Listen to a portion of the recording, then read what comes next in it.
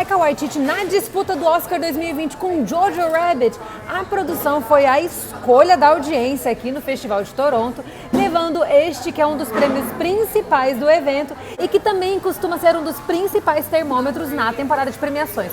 Vamos falar sobre esse filme que faz uma sátira do período nazista, uma temática extremamente delicada de maneira bem interessante. Vem comigo! Galerinha do Cinepop, estou aqui no Festival de Toronto, no meio de uma Starbucks. Parei tudo, porque depois que eu terminei as minhas sessões, eu falei, eu preciso conversar com essa galera sobre Jojo Rabbit. A produção dirigida por Taika Waititi, que vocês conhecem muito bem, porque Taika é o diretor de Thor Ragnarok e também de Thor, Amor e Trovão.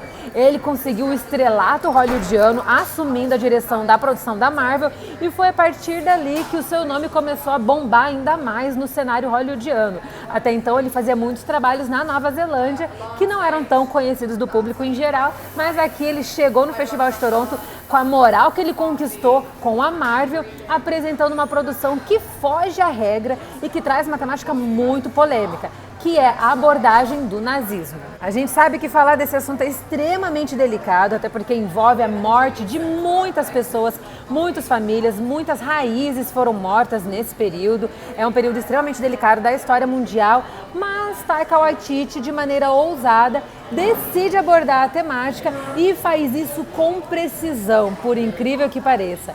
É um assunto que gera muita polêmica, não é muito fácil tratar esse assunto, mas ele nos surpreende fazendo uma produção que mescla a dramaticidade com o humor, entregando uma produção que é leve, reflexiva e que, por incrível que pareça, ainda consegue ser um pouco inspiradora. A produção conta a história desse garotinho de 10 anos de idade que, sem ter conhecimento político nenhum, acaba se apaixonando pelo nazismo e tem como melhor amigo imaginário o próprio Adolf Hitler, que aparece aqui de maneira extremamente caricata, peculiar e, por incrível que pareça, muito cômica e divertida. Essa versão de Adolf Hitler é vivida pelo próprio Taika Waititi, que ajuda a trazer o mojo para a produção. Ele traz a vibe divertida para o filme e a caracterização dele ficou realmente muito boa. E aqui esse garotinho, sem conhecimento nenhum do que é nazismo, acaba se apaixonando por esse modelo de governo extremamente opressor, sem conhecimento nenhum, até que ele acaba conhecendo uma menina, fazendo uma amizade especial, que vai fazer com que ele não apenas mude de ideia, mas também fazer com que ele aprenda e entenda exatamente o que era o nazismo e como é importante viver em comunhão, viver em comunidade, abraçando as mais diversas raças. Além disso, a sua mãe aqui, vivida por Scarlett Johansson, é antinazista e ela tenta pregar a sua mensagem de maneira discreta e muito simbólica. É claro que dentro daquele período a situação era bem complexa no país, você não podia se expressar livremente, a liberdade de expressão era completamente restrita, mas ela tenta fazer a sua parte à medida que também gradativamente tenta implantar esses conceitos verdadeiros e corretos na mente de seu filho, que está totalmente encantado por uma figura política que ele criou na sua mente, mas que na verdade é uma figura extremamente doentia. A produção de Taika Waititi explora na direção muito a câmera lenta, justamente para ajudar a construir o humor. Ele faz com que essa técnica ajude a incrementar o tom do humor da narrativa, trazendo ainda mais leveza e realmente funciona. Aqui também nós temos exploração de cores fortes que ajudam a conduzir a narrativa de maneira mais doce, mais sutil, mais suave. Quando a gente fala de filmes de nazismo, normalmente nós estamos falando de paletas um pouco mais sóbrias, mais escuras e mais frias. Aqui ele usa tons quentes justamente para ajudar a criar uma atmosfera um pouco mais sutil, mais leve e realmente funciona. Isso está expresso tanto no design de produção do filme, como também no figurino, que por sinal ficou lindíssimo. É um figurino de época muito bem construído. Não sei se vale indicações ao Oscar, porque por aqui passaram alguns possíveis indicados ao Oscar que tem figurinos incríveis, como é o caso de The Personal History of David Copperfield com Dev Patel, mas ainda assim o figurino ficou muito bem construído, bem associado à época mesmo. A versão do Adolf Hitler que nós temos aqui nesse filme é uma versão bem caricata, como eu comentei com vocês. E além disso, Sam Rockwell vem aqui para dar uma força nessa caricatura, encorpando esse caldo com um personagem que é um militar que é doido para lutar na guerra, mas que também tem seus próprios ideais, tem suas próprias ambições e é uma figura bem divertida e bem diferente.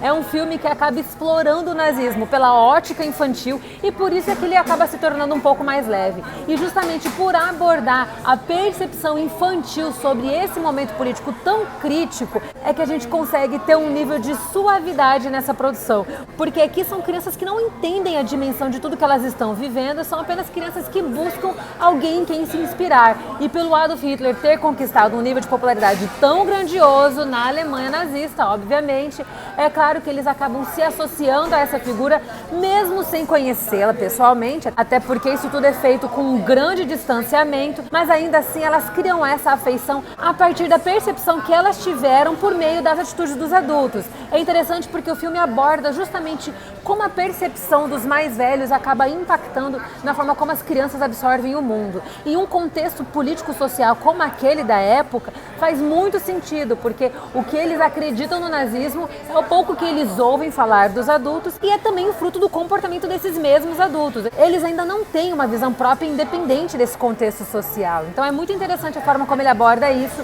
e Taika Waititi consegue realmente trazer uma leveza para a produção, fazendo com que o filme se torne algo que é realmente prazeroso. Você se diverte, você dá boas risadas no filme e, é claro, a produção de forma alguma ofende as vítimas do Holocausto, não é ofensivo para ninguém, até mesmo para os alemães. É um filme que, no final das contas, ainda faz uma justiça, tanto às vítimas como até mesmo ao país. E eu creio que isso foi fantástico, porque Taika Waititi, de maneira brilhante, conseguiu encontrar um equilíbrio onde naturalmente é difícil encontrar. A produção foi dirigida e roteirizada por ele e, em virtude da sua popularidade aqui no Festival de Toronto, ele acaba se tornando também um dos frontrunners da temporada de premiações de 2020. Por quê? Porque muitos vencedores da escolha da audiência do TIFF acabam se tornando vitoriosos na temporada de premiações. Isso aconteceu com Green Book, O Guia, que ganhou o Oscar esse ano, e também já aconteceu com tantos outros filmes, como é o caso também de La La Land.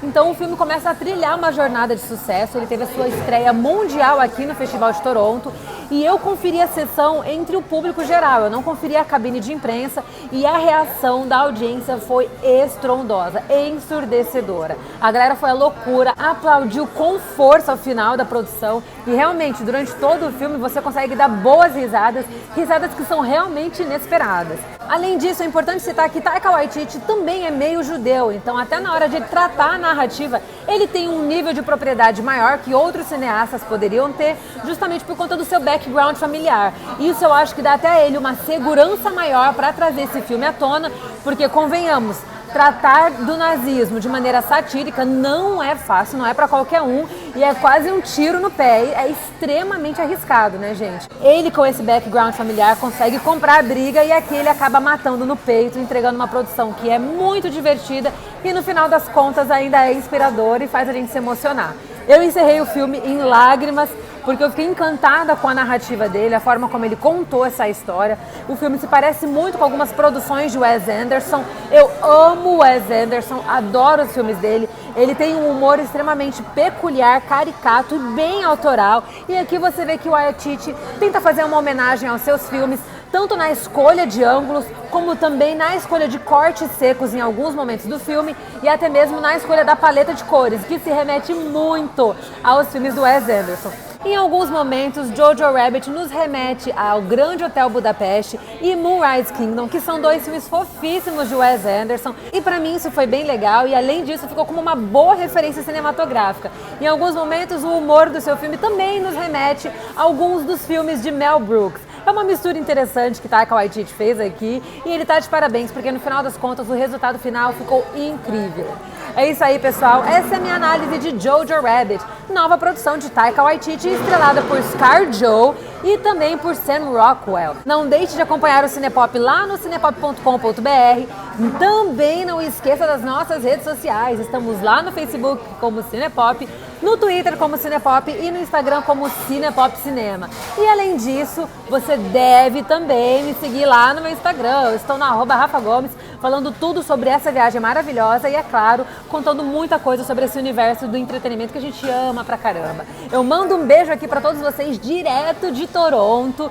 Fiquem com a gente, continuem acompanhando a gente, porque o Cinepop é sempre o seu site de cinema. Beijo e até a próxima!